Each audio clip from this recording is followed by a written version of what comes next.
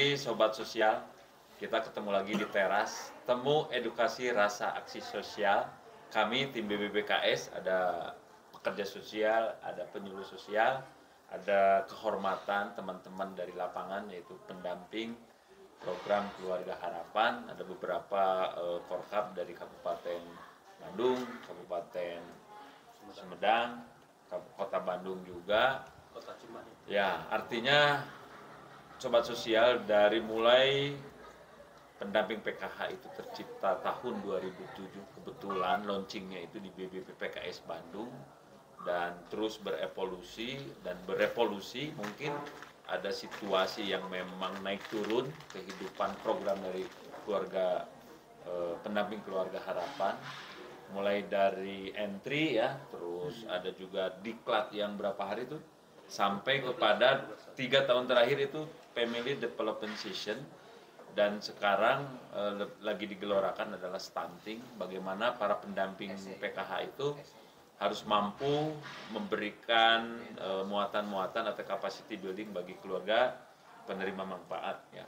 Namun demikian, kami juga sekarang katanya ada program baru, kita akan tanyakan ke depan. Katanya nanti di sini ada semacam rapat koordinasi, Kang ya, tentang apa dan bagaimananya. Pak pekerja sosial mohon dicermati, mungkin Pak penyuluh sosial, kita dengar dulu mereka, nanti pekerja sosial akan berbicara, penyuluh sosial akan berbicara program ini seperti apa bentuknya, makhluk apakah yang akan mereka diskusikan kali ini.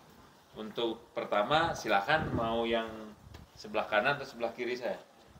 Oke, silakan. Kanan dulu, kiri saya dulu. Ya, silakan. Bismillahirrahmanirrahim. Waalaikumsalam. Terima kasih. Sebetulnya ini dadakan ya Pak. Dadakan. Spontanitas dari BPPKS Lembang Bandung, khususnya tim humas, tim humas BPPKS Lembang Bandung. Mungkin ini obrol-obrol pagi saja ya Pak.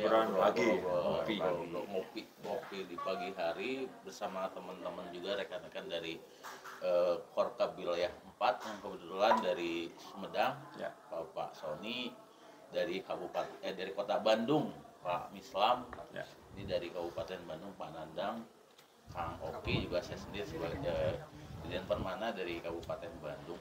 Nah mungkin kemarin terkait dengan yang tadi prolog dari Pak Ipin sampaikan terkait dengan pena, sebetulnya kita pun baru mendapatkan PowerPoint-nya saja Pak.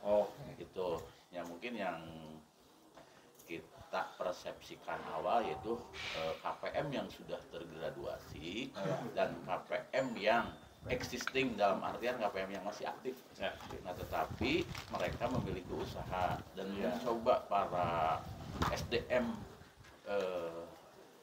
se-Indonesia mungkin mencari pemetaan terkait dengan KPM yang akan dikembangkan melalui program PENA, Pahlawan Ekonomi Nusantara. PENA itu adalah Pahlawan Ekonomi Nusantara. Jadi masih dalam wacana sosialisasi atau memang sudah mau bergerak, kan? Hal yang saya dapat sih baru berupa PowerPoint saja, yang mungkin hari ini dibahas oleh Bapak Korwil kita terkait dengan bagaimana teknis, karena sudah rakor bersama koordinator bidang yang ada di Limjamsos, karena sekarang berubah namanya katanya Pak, yang dulunya Kasubdit, Kasubdit Bansos, Kasubdit Kepesertaan, Kasubdit SDM, sekarang berubah namanya menjadi koordinator bidang bansos, bidang sumber daya manusia, sampai bidang terminasi dan validasi dan sebagainya. Oke, Sobat Sosial, untuk sementara nanti saya ke Pak Korkap selanjutnya. Namun kami sebetulnya kemarin sudah memperbincangkan, apalagi di sini ada nilai-nilai pemberdayaan sosial, khususnya itu pemberdayaan ekonomi yang akan dilakukan ketika KPM setelah graduasi mandiri harus mempunyai kekuatan di bidang ekonomi, ya menjadi pahlawan ekonomi, yang tadi programnya adalah PENA. Nah ini Pak penyuluh sosial ya, kemarin kita bincang-bincang, ternyata Lembang itu sudah mulai menyiapkan, bahkan ada laboratorium atau percontohan ya bagi KPM yang memang berbisnis atau secara ekonomi ada kelompok usaha bersama dan lain sebagainya. Saya ingin tahu nih, di Lembang apakah sudah mulai bergerak ke penyuluh atau seperti apa? Ya, terima kasih Kang Ipin. Ini menarik sekali Kang tadi dengan adanya program PENA, Pahlawan Ekonomi Nusantara. Nah, kebetulan saya sebagai penyuluh sosial. Nah, penyuluh sosial mau tidak mau memang harus terjun ke masyarakat. Nah, persoalan saat ini di masyarakat betul tadi itu, kalau memang ada yang terkait ekonomi begitu, apalagi kita bicara tentang keluarga penerima manfaat yang notabene mereka memang butuh sekali dengan hal itu Pak. Nah, kalau di Lembang khususnya penyuluh ini kita dari tahun berapa memang sudah benar-benar menyiapkan. Nah, kita sudah bekerja sama dengan kepala desa setempat, bahkan kemarin kerjasama dengan perhutani. Nah, kita bahkan dikasih kepercayaan terkait dengan lahan, Pak. Bahkan kita dikasih lahan 3 hektar, silakan itu mau diapain. Nah, tentunya itu juga kerjasama dengan salah satu rekan kita LMDH kan, nah, lembaga masyarakat desa hutan kan begitu. Nah, lalu terkait dengan masyarakat tadi yang memang mereka membutuhkan yang taraf ekonominya di bawah, nah kita berdayakan mereka. Nah, kebetulan kalau kami bekerja sama dengan salah satu desa, kita punya namanya itu Isola Kang di lapangan itu, IMA Sosial Lapangan. Nah, IMA Sosial Lapangan itu kita dikasih tanah carik 2000 meter. Nah, lalu kita manfaatkan tanah carik itu, kita buat ada kios-kios kecil. Nah, kebetulan si kios kecil itu baru jumlahnya 16 kios aja. Nah, yang 16 kios itu saat ini sudah digunakan, diberdayakan bagi masyarakat setempat. Nah, ada yang khususnya WRSE ya. Nah, ini kemarin kita menggiring mungkin baru-baru wanita rawan sosial ekonomi. Nah, 16 kios itu mereka ada yang jualan kopi seperti ini. Kebetulan di area Gunung Putri RW 10 itu dia lebih kepada peternak lah. Jadi kalau teman-teman nanti mau jalan-jalan ke atas, susu murni mah adalah begitu. Lalu ada yang jualan mie Pak Ipin, mie godong, mie goreng. Jadi di atas itu area yang 2000 meter itu kita benar-benar dimanfaatkan untuk wanita rawan sosial ekonomi yang memang ekonominya di taraf di bawah lah gitu. Bahkan kemarin ada seorang dermawan ngasih pohon kaktus 2000 buah. Nah, kita berdayakan kepada mereka. Nah, lalu saat ini juga kita sedang mengembangkan bersama perhutani. Ada nih kita tanah sebenarnya beberapa hektar itu. Nah, cuman kita masih dalam konsep lah. Nah, kalau memang benar ini adanya pahlawan ekonomi Nusantara, wah ini sangat keren sekali. Mungkin itu gambaran sedikit lah terkait penyuluh sosial bersama masyarakat. Nah, memang kita di lapangan selalu bekerja sama dengan para SDM PKH. Nah, kita memang selalu bergaul dengan mereka, sering ketemu di lapangan ngobrol dengan KPM. Mungkin itu gambaran sedikit dari penyuluh Pak. Terima kasih. Kang Ius, Sobat Sosial, ternyata sebetulnya ada benang merah ya antara program yang akan digulirkan oleh para pendamping PKH yaitu PENA dengan yang sebetulnya daerah-daerah juga sudah mulai berdenyut kan. Artinya seperti Jayagiri atau Desa Lembang, Kecamatan Lembang, mereka belum tahu nih program pendamping PKH dan yang di dalamnya adalah pesertanya. Kami hanya menjaring yang dalam Undang-Undang Nomor 11 Tahun 2009 yaitu PSKS, di dalamnya adalah yang 26 termasuk wanita rawan sosial ekonomi. Bukan tidak mungkin di dalamnya ada peserta pendamping PKH karena kan indikatornya udahlah dia miskin, wanitanya rawan sosial ekonomi, bisa seperti itu. Cuman yang ingin saya tanyakan Kang begini. Menangkap sebetulnya kewirausahaan dulunya di sini, pemberdayaan sosial sudah mau digulirkan sebetulnya di balai karena ini multi layanan. Jadi yang tadinya stunting, FDS, apalagi nih ternyata kewirausahaan sudah mulai waktu berjalan kan, tapi mungkin ada hambatan-hambatan karena katanya isunya ini adalah domainnya Ekraf, ini domainnya tenaga kerja, kadang seperti itulah ya. Atau perdagangan perindustrian kayak gitu kan. Nah, sebetulnya singgungan program PENA nantinya bagus juga kan, ini part 1, part 2. Part 1 masih berundungan, belum ada detail, nanti kita adain lagi kalau berkunjung ke sini lanjutannya. Seperti apa penambahan lanjutan dari Akang seperti itu? Ya, mungkin kalau berbicara tentang empower, pemberdayaan, memang dari awal di program sosial itu banyak, ada web, ada kube ya. Cuman mungkin dari sekian banyak kube hanya beberapa yang bisa bertahan. Nah itu mungkin apa penyebabnya, juga dari web. Setelah pelatihan dikasih modalnya habis, usahanya hilang, gitu seperti itu juga. Nah mungkin kementerian mencari formula yang terbaru yang bisa memberdayakan masyarakat tetapi bisa bertahan, bahkan lebih lebih maju lagi, seperti istilahnya bangkit pulih lebih cepat, bangkit lebih kuat. Nah itu termasuk di bidang ekonomi, itu kesana mungkin. Jadi masyarakat itu menjadi pahlawan-pahlawan, khususnya para KPMPK menjadi pahlawan ekonomi bangsa ini. Bagaimana kita bangkit dari keterpurukan, baik keterpurukan secara psikologis maupun secara ekonomi, kan gitu. Nah konsepnya mungkin akan lebih ada perbedaan dengan kube ataupun dengan web ya. Ini lebih kepada praktisi katanya. Ada kabar bahwa nanti akan disandingkan atau seperti sekolah dengan para praktisi, tidak lagi menghadirkan hanya para para pemikir saja, bukan hanya akademisi saja, tapi benar-benar orang yang sudah melakukan kegiatannya di lapangan, sudah berhasil.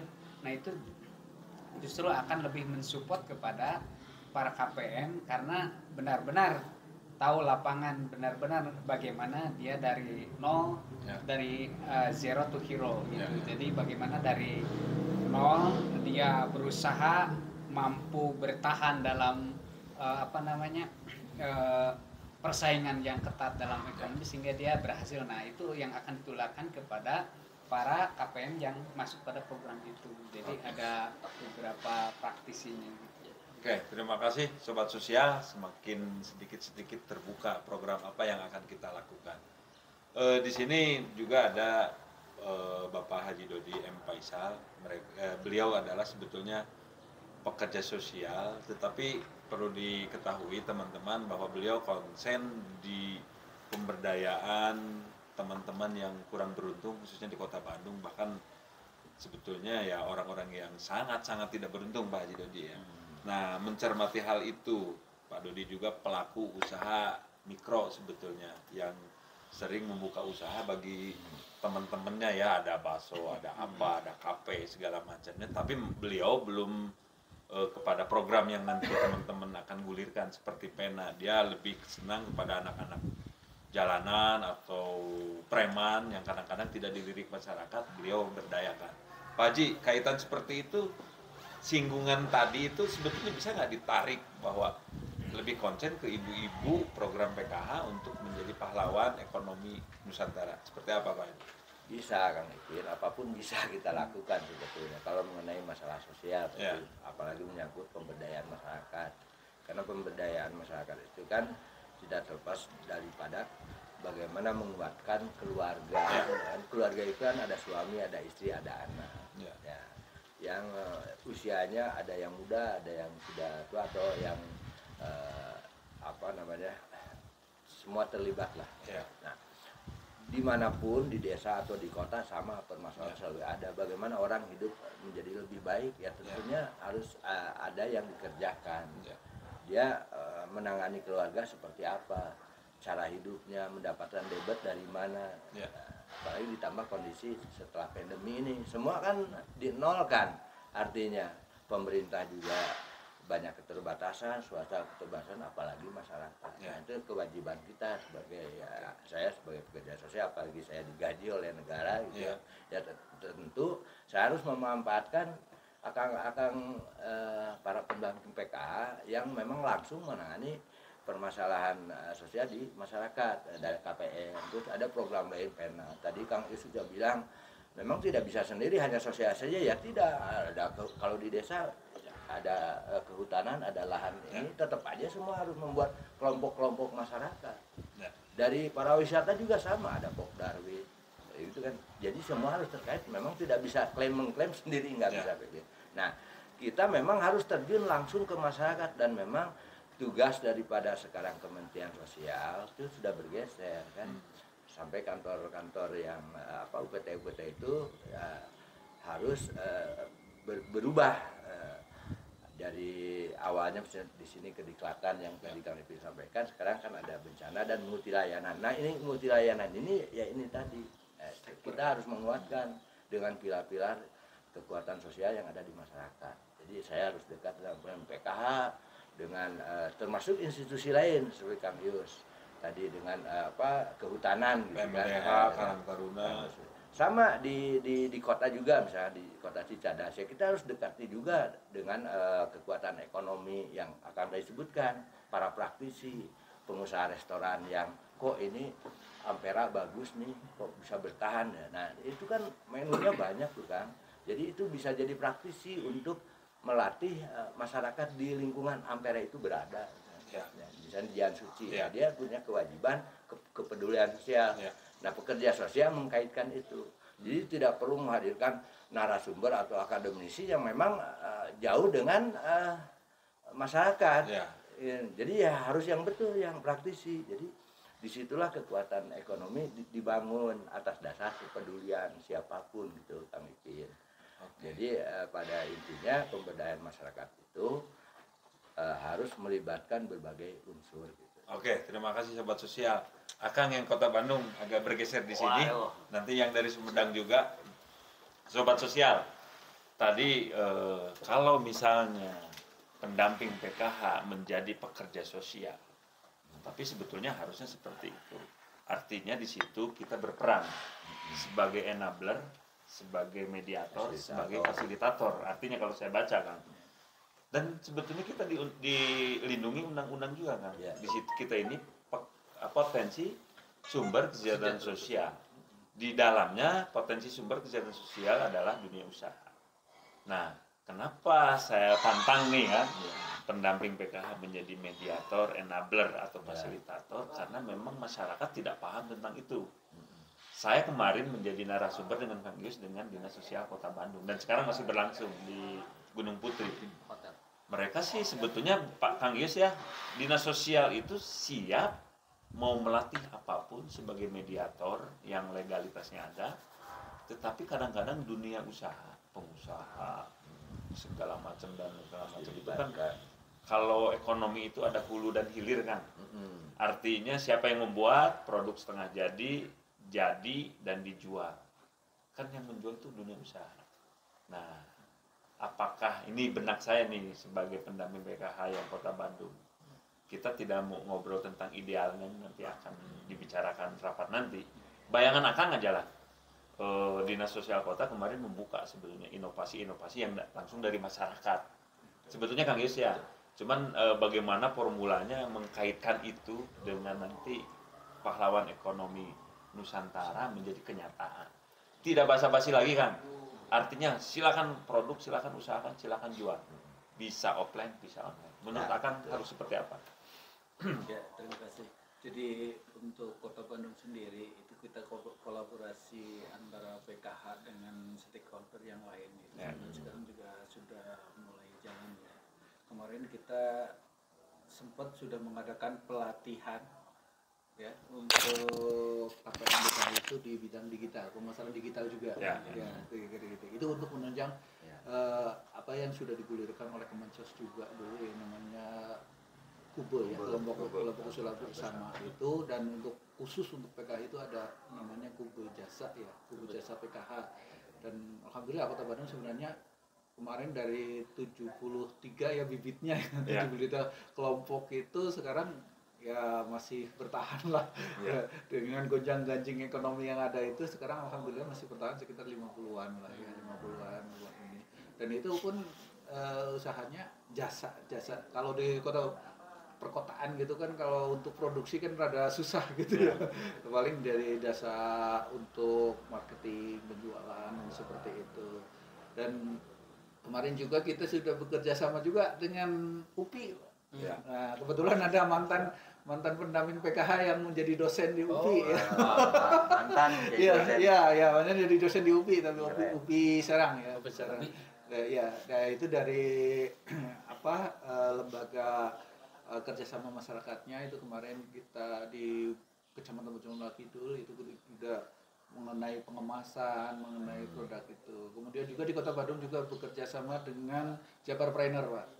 Yaitu untuk pelatihan pembuatan semacam ya konsentrasinya di frozen food ya, di pengemasan bakso terus nugget dan sebagainya itu. Alhamdulillah itu udah jalan, dan alhamdulillah yang mendapatkan pelatihan kemarin itu sekarang sudah bisa mandiri ya, sudah bisa mandiri, sudah seperti itu. Dan kemudian Kemensos juga kan sudah memikirkan ke depannya, dan ke depannya juga gambaran kita kan sekarang dengan adanya perubahan SOTK dan perubahan program ya. Jadi nanti konsentrasi pendampingan juga tidak berdasarkan ke program, tapi nanti akan berdasarkan dengan kekeluargaan, keluarga itu gitu, dengan pengelompokan berdasarkan umur. Nah ini akan lebih potensial sekali nanti, karena kita lebih gampang menggali nanti ini KPM yang potensial yang mana ya, ini. Nah makanya kemarin ya walaupun ini baru kisi-kisi ya, tinggal nunggu juk nih sebenarnya sih yang 40 tahun ke bawah udah konsentrasi, karena kan kalau 40 tahun ke bawah kan energinya masih produktif lah, masih produktif. Nah ini masuk ke Dayaksos, dan nanti programnya itu bukan program yang hanya menerima gitu. Nanti akhirnya akan diarahkan ke hanya untuk stimulan, nanti dibikinin apa, nah seperti itu. Siap.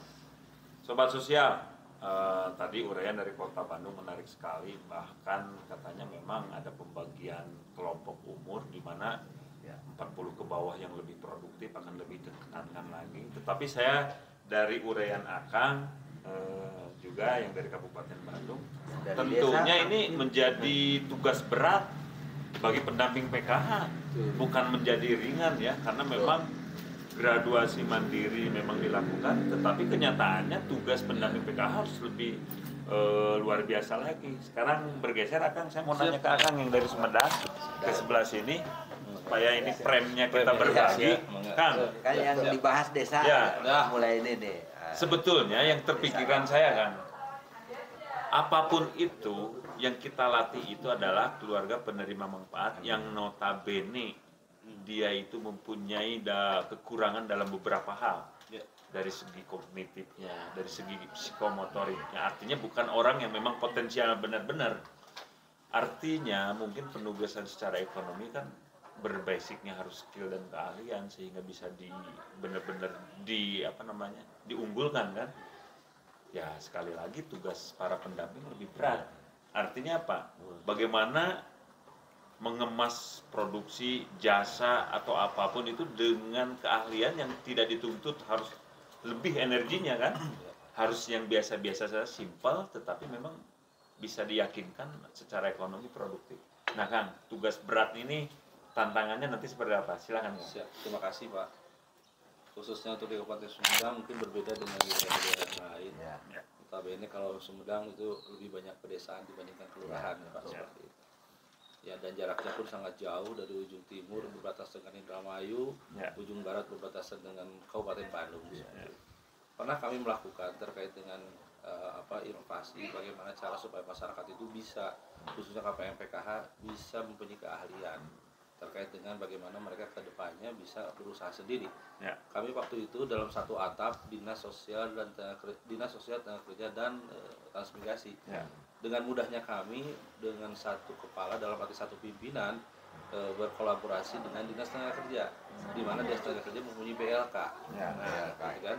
Dengan BLK ya betul. Di mana pada saat itu kami sempat melakukan kerjasama agar si para KPM ini yang mempunyai minat, dia maunya kemana? Usaha bisa menjahit, ke perbengkelan ataupun membuat kue atau lain. Pernah kita kerjasamakan dengan BLK supaya mereka dilatih. Setelah itu ya alhamdulillah mereka mempunyai keahlian tersendiri dan mereka bisa membuka usaha seperti itu. Nah seiring waktu dengan adanya Kube, waktu itu Sumedang mendapat di tahun 2017 17 atau 18. Kalau kurang lebih saat ini Kubu PKH itu ada 60-an. Ya. 60-an. Seperti yang disampaikan oleh tadi oleh Kang Landang, Kang itu. Betul, kubu itu hanya sesaat. Ya. Selanjutnya hilang begitu saja seperti itu. Jadi yang mereka harapkan karena tahu bahwa ini hibah.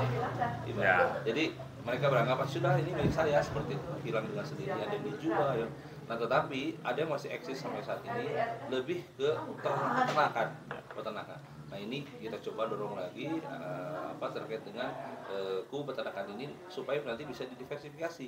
Ya. Apakah nanti bisa menjadi kubu jasa seperti yang Kota Bandung sampaikan atau misalnya ke usaha-usaha yang lain. Oke. Nah itu mungkin yang dilakukan di Sumedang yang notabene berbeda dengan wilayah perkotaan Ya. seperti itu karena kulturnya sendiri apalagi sekarang jujur Pak Bupati dalam hal ini Sumedang mempunyai Jati Gede di mana Jati Gede akan dijadikan wilayah ekonomi khusus yang secara nasional itu akan mendongkrak ekonomi rakyat khususnya di wilayah Jati Gede, Jatinunggal, Dharma Raja, situ Raja itu otomatis akan meningkat secara ekonomi masyarakat itu di dalam hal ini masyarakat dituntut untuk lebih berusaha lagi khususnya peserta PKH seperti itu.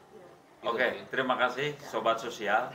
Ini nanti kita akan melihat perkembangan dari hasil koordinasi yang akan nanti sebentar lagi rapatnya seperti apa. Ini baru membicarakan kisi-kisi. Yang jelas konsep keekonomian yang dibangun oleh Kementerian Sosial seperti usaha ekonomi produktif dan kelompok usaha bersama, di situ memang banyak kelemahan-kelemahan. Kemungkinan dengan adanya pena, kelemahan-kelemahan yang sudah digulirkan sama Kementerian Sosial lebih efektif, lebih jadi lagi. Ini Sobat Sosial, ada yang memang luar biasa sebetulnya tentang pemberdayaan sosial, tapi biayanya mahal. Kita ketahui tahun sebelum Danau Jati Gede dibangun itu sebetulnya kan itu biaya yang tidak sedikit, tetapi itu luar biasa dampak ekonominya. Contohnya Kabupaten Indramayu, Kabupaten Subang, angka perceraiannya tingkat tinggi di nasional. Ketika panen, dia menikah, ketika paceklik mereka cerai. Tetapi dengan Jati Gede dibangun dengan asumsinya bahwa persawahan akan panen tiap tahun, angka perceraian di Indramayu dan di Kota Subang dan Cirebon itu menurun. Justru dalam laporan terakhir Kabupaten Bandung dan Kabupaten Ciamis menempati angka perceraian tertinggi di Indonesia. Jadi memang program yang mahal tapi efeknya luar biasa seperti Jati Gede. Tetapi para pendamping PKH ini terakhir kali akan merumuskan kelemahan-kelemahan produk usaha ekonomi produktif dan kube formasi apa sih untuk meningkatkan KPM yang graduasi nantinya akan lebih sejahtera lagi. Sobat Sosial, kita ketemu lagi dengan sahabat-sahabat lain pasca mereka berkoordinasi dan memformulasikan program PENA. Terima kasih. Assalamualaikum warahmatullahi wabarakatuh. Terima kasih. Salam. Oke.